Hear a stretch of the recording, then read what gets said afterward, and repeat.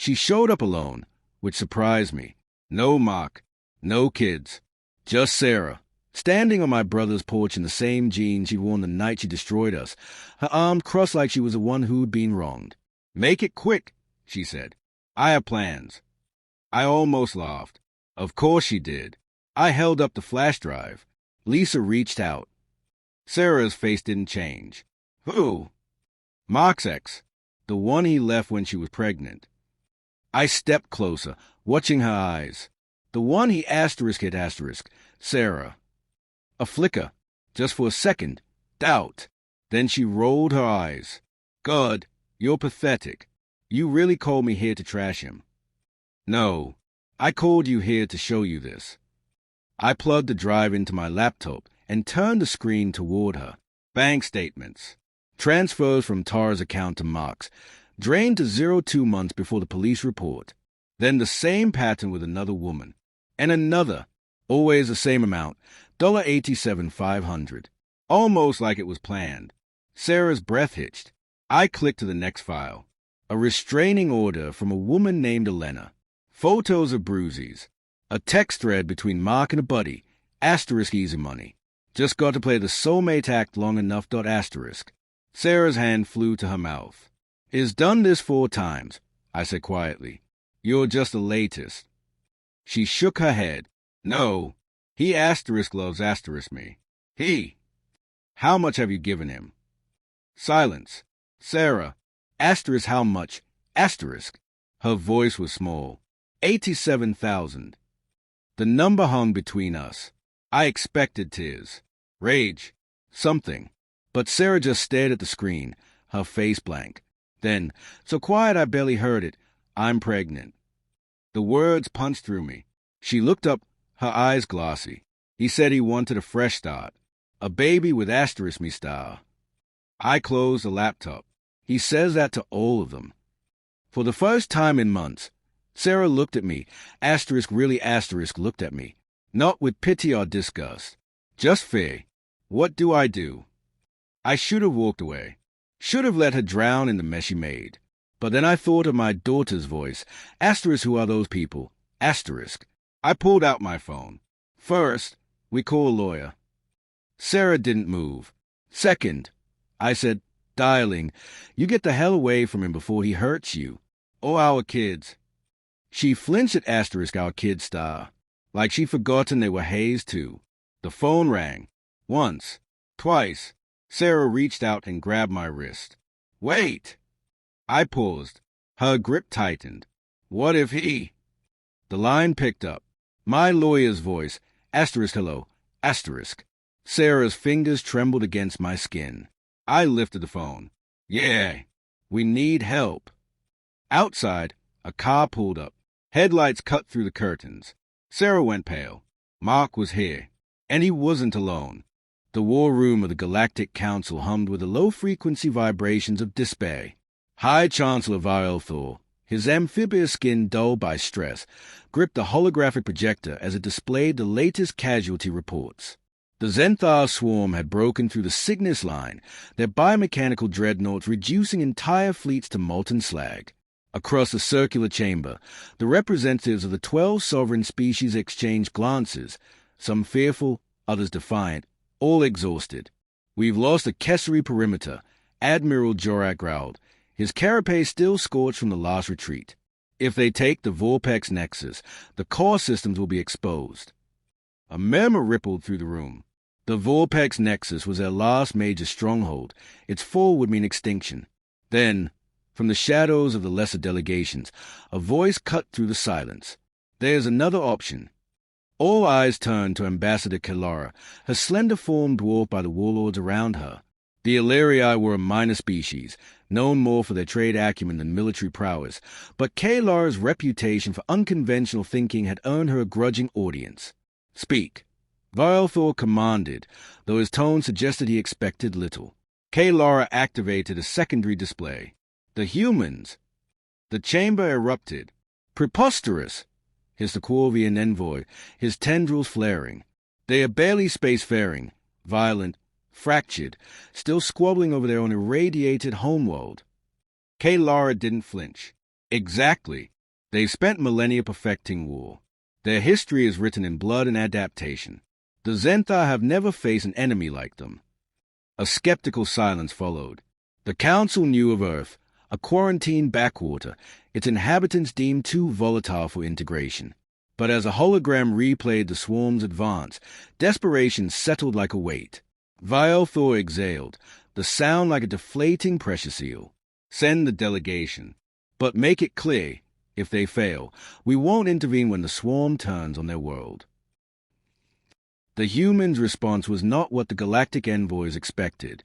Their shuttle descended through Earth's smog-choked skies, bypassing the skeletal ruins of old cities before landing in a sprawling military complex. General Elias Carter, his uniform adorned with faded campaign ribbons, met them on the tarmac. His smile was sharp, devoid of the deference they were accustomed to. "We've been watching your war," he said, lighting a cigar with deliberate calm. "Frankly, you're losing because you fight with rules." The Corvian envoy bristled. "Your species has no concept of galactic-scale warfare." Carter blew smoke into the alien's face. "We've got a concept for asterisk winning star." Behind him, rows of veterans stood at ease, some missing limbs, all bearing scars no medtech could erase. Their eyes held a chilling familiarity with carnage. Kalara studied them, a thrill of unease threading through her. These weren't soldiers. They were predators. Asterisk asterisk section word count asterisk asterisk tilde 1,000 words.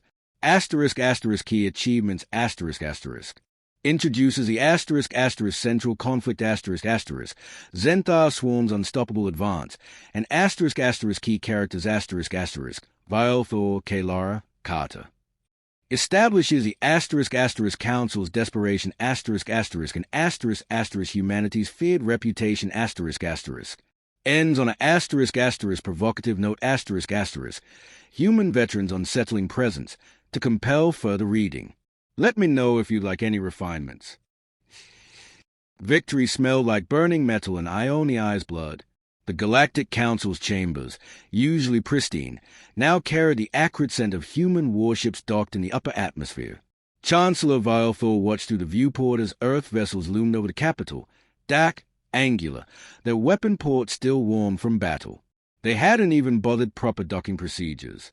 Ambassador Kalara adjusted her translator as General Carter strode into the chamber, his boots leaving faint smudges on the iridescent floor. Behind him trailed a squad of his veterans, their posture relaxed in a way that made the Corvian envoy's tendrils stiffen. They moved like they owned the room, like they owned the war. "You will remove your fleet from our home system immediately," the Chancellor began, his gills flaring. "The Zenthar have withdrawn from." Temporarily, Carter interrupted. He dropped the data crystal on the table. It projected the swarm's last transmission. Not a surrender, but a reconfiguration order. They're adapting. You really think they'll stay gone? Silence. The crystal's glow reflected in Jorak's compound eyes as he studied the tactical readouts. The patterns were undeniable. The swarm was learning, evolving. His mandibles clicked in distress. Their neural network is developing countermeasures to your weapons. Carter smirked. Took him long enough. He leaned forward, elbows on the table. "Here's a new deal. We stay. Full military integration. Equal voting rights on the council." The chamber erupted. "Preposterous!" The Corvian envoy hissed, bioluminescence flashing crimson. "You're mercenaries, not. We're the reason you're still breathing." Carter's voice didn't rise, but the temperature in the room dropped. Behind him, a grizzled sergeant chuckled darkly, her cybernetic eye whirring as it scanned the exits. Kalara watched the interplay with dawning realization. This wasn't negotiation. It was a coup wrapped in salvation. She met Carter's gaze. "And if we refuse?" The general shrugged. "We pack up. Let you handle round 2 with the bugs yourselves." He nodded to the viewport, where the last of the swarm's retreating bioships flickered into jump space. "But they'll be back smarter, meaner, and they'll remember who hurt them." A heavy quiet settled. Vialthor's webbed fingers trembled against the table. The math was undeniable. Without humans, they'd fall. With them, they might become something else entirely. Jorak broke the silence. The Vorpax Nexus is yours. His carapace rattled in reluctant respect. But your ship's answer to Joint Command. Carter's grin showed teeth. We'll pretend that means something. He pushed back from the table, his veterans falling in step. At the door, he paused. One more thing. Earth wants a seat on this council. Not an advisor, not an observer. A vote. The Corvian envoy sputtered. Your species isn't even. Try finishing that sentence. The sergeant's hand rested on her sidearm. The message was clear. Lara found herself speaking before she decided to. Granted. The word hung in the air, final as an execution order. Around her, Delegate stiffened, but none contradicted. The alternative was extinction. As the humans left, the chamber remained frozen. Only when their footsteps faded did the arguments begin, voices rising in fear and outrage. Lara didn't participate. She watched the tactical displays, where Zenthar biosignatures flickered at the edge of known space. Regrouping, adapting, and closer, much closer, Earth's armada powered up their drives. The war wasn't over. It had just changed sides. Asterisk, asterisk. The human delegation's first council session began with a silent coup. General Carter didn't sit in the Prophet Auxiliary chair. He took Violthor's seat at the central dais, his veterans fanning out behind him like a shield wall. The Chancellor's Guild's pulse with suppressed fury, but he said nothing. Everyone remembered the footage of the Asterisk Ironclad Testament Asterisk S-guns leveling Zenthar hive ships. Diplomacy now had the same weight as a surrender treaty signed under bombardment. Lara watched the other ambassadors' reactions like a strategist studying a battlefield. The Corvians had darkened their bioluminescence in protest. The crystalline Tharxians emitted subsonic distress harmonics. Only Admiral Jorak seemed unreadable, his compound eyes reflecting the holographic agenda like fractured glass. First Order, Carter said, tossing a data slug onto the table. It projected a star map, human fleets already mobilizing toward the Galactic Rim. We're taking the fight to the swarm. Jorak's mandibles clicked. You're violating 3 centuries of defensive doctrine. Your doctrine lost you 12 systems. Carter tapped the map. It zoomed in on a swirling nebula where Zenthar biosignatures clustered. They're nesting here. We bone the nest. A murmur rippled through the chamber. Preemptive strikes were taboo. The Galactic Compact forbade attacking unhatched swarmlings. Lara's translator pinged as a Tharxian ambassador emitted a shocked ultrasonic shriek. Carter didn't flinch. They'll multiply tenfold in another cycle. You want to fight that? He leaned forward, the scars on his knuckles stark under the chamber lights. Or are you still pretending this is a war with rules? The silence that followed was thicker than nebula dust. Then Jorak did the unthinkable. He laughed. A dry, rattling sound like gunfire in the distance. The Tharxians mined that nebula for eons. It's riddled with old tunnels. His claw traced a path through the hologram, sending ground troops. They'll never expect it. Lara's breath caught. This was worse than she'd imagined. Not just human brutality, but the way they Asterisk infected Asterisk others with it. Jorak had spent lifetimes upholding the Compact. Now he was suggesting tunnel warfare against a nursery. Carter grinned. Now you're talking. He nodded to his sergeant, the one with the cybernetic eye. Prep the Hellboard division. They love close quarters. The Corvian envoy finally erupted. This is Asterisk monstrous Asterisk. We are not Asterisk butchers Asterisk. Aren't you? Lara hadn't meant to speak, but the words slithered out. All eyes turned to her. She gestured to the star map. You let the humans do what you couldn't. You took their victories, their protection. Her vocal cords ached with the truth. Now you want clean hands. The chamber temperature seemed to drop. Carter studied her with something almost like respect. Violthor rose, his web hand pressing the table. Enough. The motion is tabled for. No, Carter stood, his chair screeching. We vote. Now. The hologram flickered to life, species sigils glowing one by one. Jorak's claw hovered, then slammed down on the human side. The Tharxians abstained, vibrating with distress. The Corvians voted against, their bioluminescence flaring crimson. Lara's turn. She looked at Carter. At the star map, at the nebula where swarmlings grew in the dark. Her hand touched the approval rune. The vote passed by one. As the session dissolved into chaos, Carter leaned close to Kalara. Knew you had steel in you. His breath smelled like gunpowder and stale coffee. She didn't pull away. This isn't steel. It's survival.